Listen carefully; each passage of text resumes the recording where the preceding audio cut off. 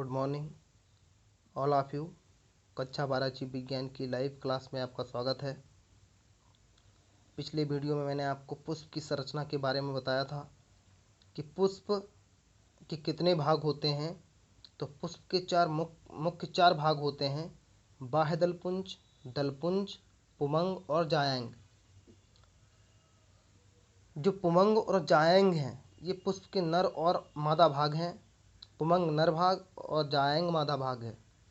पुमंग के दो भाग होते हैं, परागकोश और पुतंतु, जबकि जायांग तीन भागों में बटा होता है, वर्तिकाग्र, वर्तिका और बीजांड। मैंने आपको पिछले वीडियो में पुष्प के नर भाग का सचित्र वर्णन करके समझा दिया था।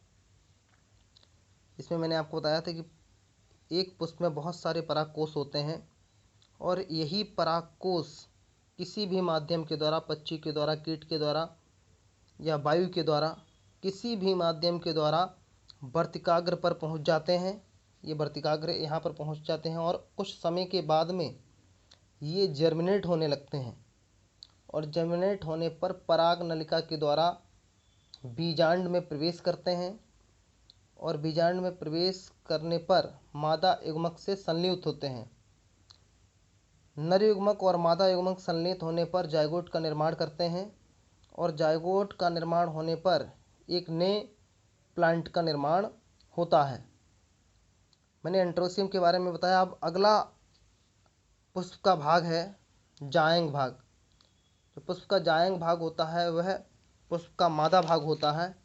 इसका सचित्र वर्णन करके मैं आपको बताऊंगा। जायांग पुष्प का मादा भाग है और इसके तीन भाग होते हैं, वर्तिकाग्र, वर्तिका और बीजांड। एक पुष्प में बहुत सारे बीजांड प्रेजेंट होते हैं, लेकिन यहाँ पर हम एक बीजांड के बारे में आपको समझाएंगे। ये एक बीजांड है जिसके दो आवरण होते हैं।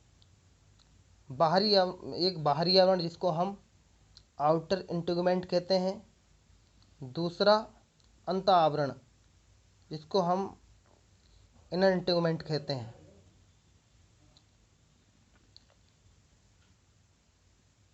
इस जो बीजांड जिस स्थान से बीजांड अपूर्ण होता है उस स्थान को हम माइक्रोपाइल कहते हैं और इसके जस्ट अपोजिट निभाग प्रेजेंट होता है जिसको चलाजा कहते हैं। इसी में ये एक अंडाशय प्रेजेंट होता है।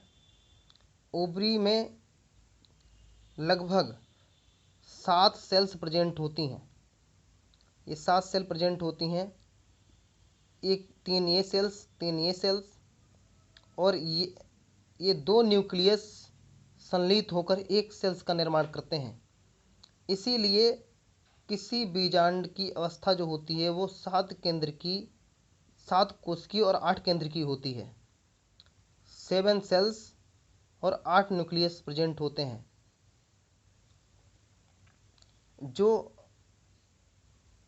इसकी ये वाली सेल्स हैं, चलाजा के पास में जो सेल्स प्रेजेंट होती हैं, इनको प्रतिमुख कोशिकाएं या एंटीपोडल सेल्स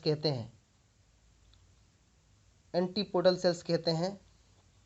और इस साइड में जो ये कोशिकाएं हैं इनको प्रतिमुख कोशिकाएं या सहायक कोशिकाएं भी कहते हैं। ये आउटसाइड वाली जो सेल्स हैं ये सहायक कोशिकाएं कहलाती हैं और जो इनके बीच में मध्य में जो सेल्स उपस्थित है इसको अंड कोशिका कहते हैं। यही मादा युग्मक का निर्माण करती है। ये मादा युग्मक का निर्माण करती है। यही जब परागकोश के साथ संलयित होती है तो एक प्लांट्स का निर्माण होता है। ये जो दो न्यूक्लियस फ्यूजन के द्वारा एक सेल्स का निर्माण करते हैं, इसको पोलर न्यूक्लियाई कहते हैं, द्वितीयक केंद्रक कहते हैं। तो मैंने आपको बता दिया कि जायांग पुष्प का मादा भाग है। इसके 3 भाग हैं, वर्तिकाग्र, वर्तिका और बीजांड। ये मैंने आपको एक बीजांड का सचित्र वर्णन करके समझाया, जिसका बाहरी आवरण आउटर इंटीगुमेंट, भीतरी आवरण इनर इंटीगुमेंट।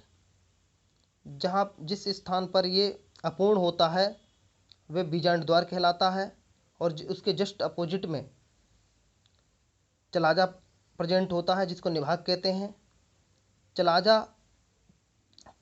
चलाजा वाले भाग के पास में 3 कोशिकाएं प्रेजेंट होती हैं, जिनको हम प्रथमुख या एंटीपोडल सेल्स कहते हैं, और इसके जस्ट ठीक नीचे भी 3 कोशिकाएं प्रेजेंट होती हैं, जिनको सहायक कोशिकाएं या प्रथमुख कोशिकाएं भी कहते हैं।